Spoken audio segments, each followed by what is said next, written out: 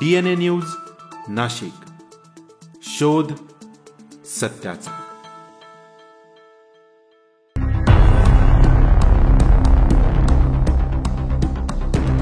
नाशिक शहरातील गोदावरी प्रदूषणाचा मुद्दा पुन्हा एकदा ज्वलंत होतोय।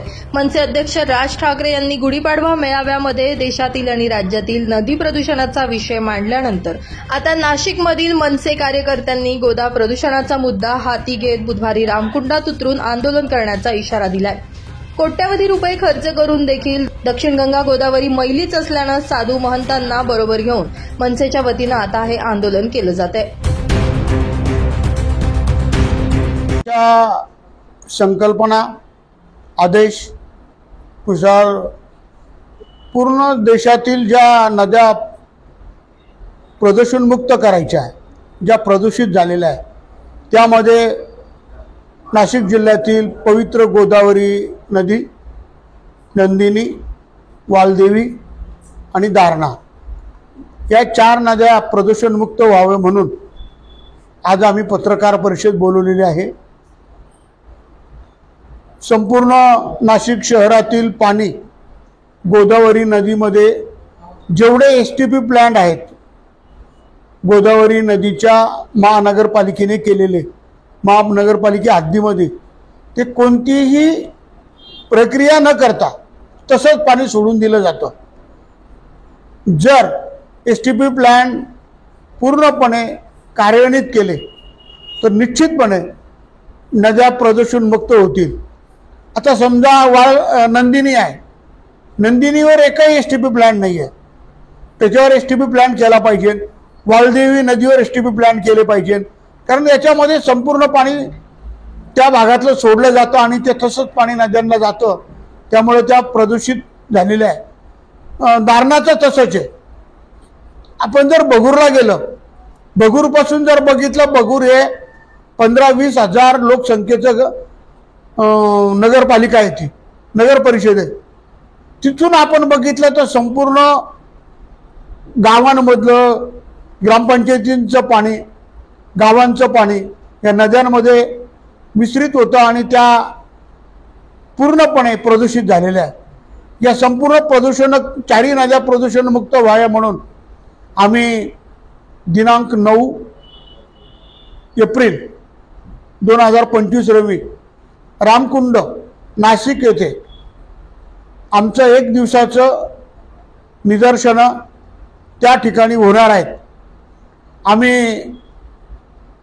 एक बघितलं की महापालिकाचा कोणतंही लक्ष नाही आहे। महापालिका पूर्णपणे दुर्लक्ष करून या नद्या प्रदूषित करत आहेत। आज 2027 मध्ये सिंहस्थ कुंभमेळा होतोय। संपूर्ण देशभरातून साधू संत येणार, भाविक येणार आणि हे पाणी प्रदूषित असताना कुंभमेळा कसा होणार? ते प्रदूषण मुक्त व्हाव्या, त्याच्यातलं पाणी पिण्याजोगं व्हावं, नद्या पूर्णपणे म्हणजे पाणी असलं पाहिजे त्याच्यामध्ये, त्या पद्धतीने पाण्याचं सुद्धा नियोजन झालं पाहिजे। या सगळ्या विषयांसाठी आणि अजून एक महत्त्वाचा विषय, गंगापूर गाव ते नांदूर मधमेश्वर पर्यंत पूर्ण पाणवेली आहे। आज आपण बघितलंय की अनेक ग्रामपंचायतींनी सायखेड्याजवळ तुम्ही जा, फक्त काय परिस्थिती बघा। तुम्ही जाखोरी, कोटमगाव, सामनगाव या गावांकडे जा, काय परिस्थिती बघा, पूर्ण पाणवेली नद्यांमध्ये। ही पाणवेली सुद्धा काढली पाहिजे। तुम्ही इथंच जा, आनंदवली शिवारामध्ये पूर्ण वेलीनी भरलेलं आहे। याच्यासाठी मशनी पण घेतल्या होत्या, पण त्या काम केलं जात नाही आणि महापालिका पूर्णपणे लक्ष देत नाही, कोणीच नाही लक्ष देत। फक्त दररोज मिटिंगा घेत आहेत, सिंहस्थ कुंभमेळा, सिंहस्थ कुंभमेळा, सिंहस्थ कुंभमेळा, कुठेही एकही काम सुरू नाहीये। आणि 2 वर्षावर सिंहस्थ आले, फक्त नागरिकांना करमणूक झालेली सिंहस्थ कुंभमेळ्याच्या मिटिंगांची, एकही काम होत नाही। त्या दृष्टिकोनातून राजसाहेबांनी सांगितल्यानुसार आम्ही रामकुंडावर हे एकच आंदोलन होणार नाही। आमचं अखंड या नद्या प्रभावित होण्यासाठी, प्रदूषणमुक्त होण्यासाठी आमचं आंदोलन कायम चालू राहणार आहे. याच्या पुढचं आंदोलन आमचं फार मोठं राहणार आहे.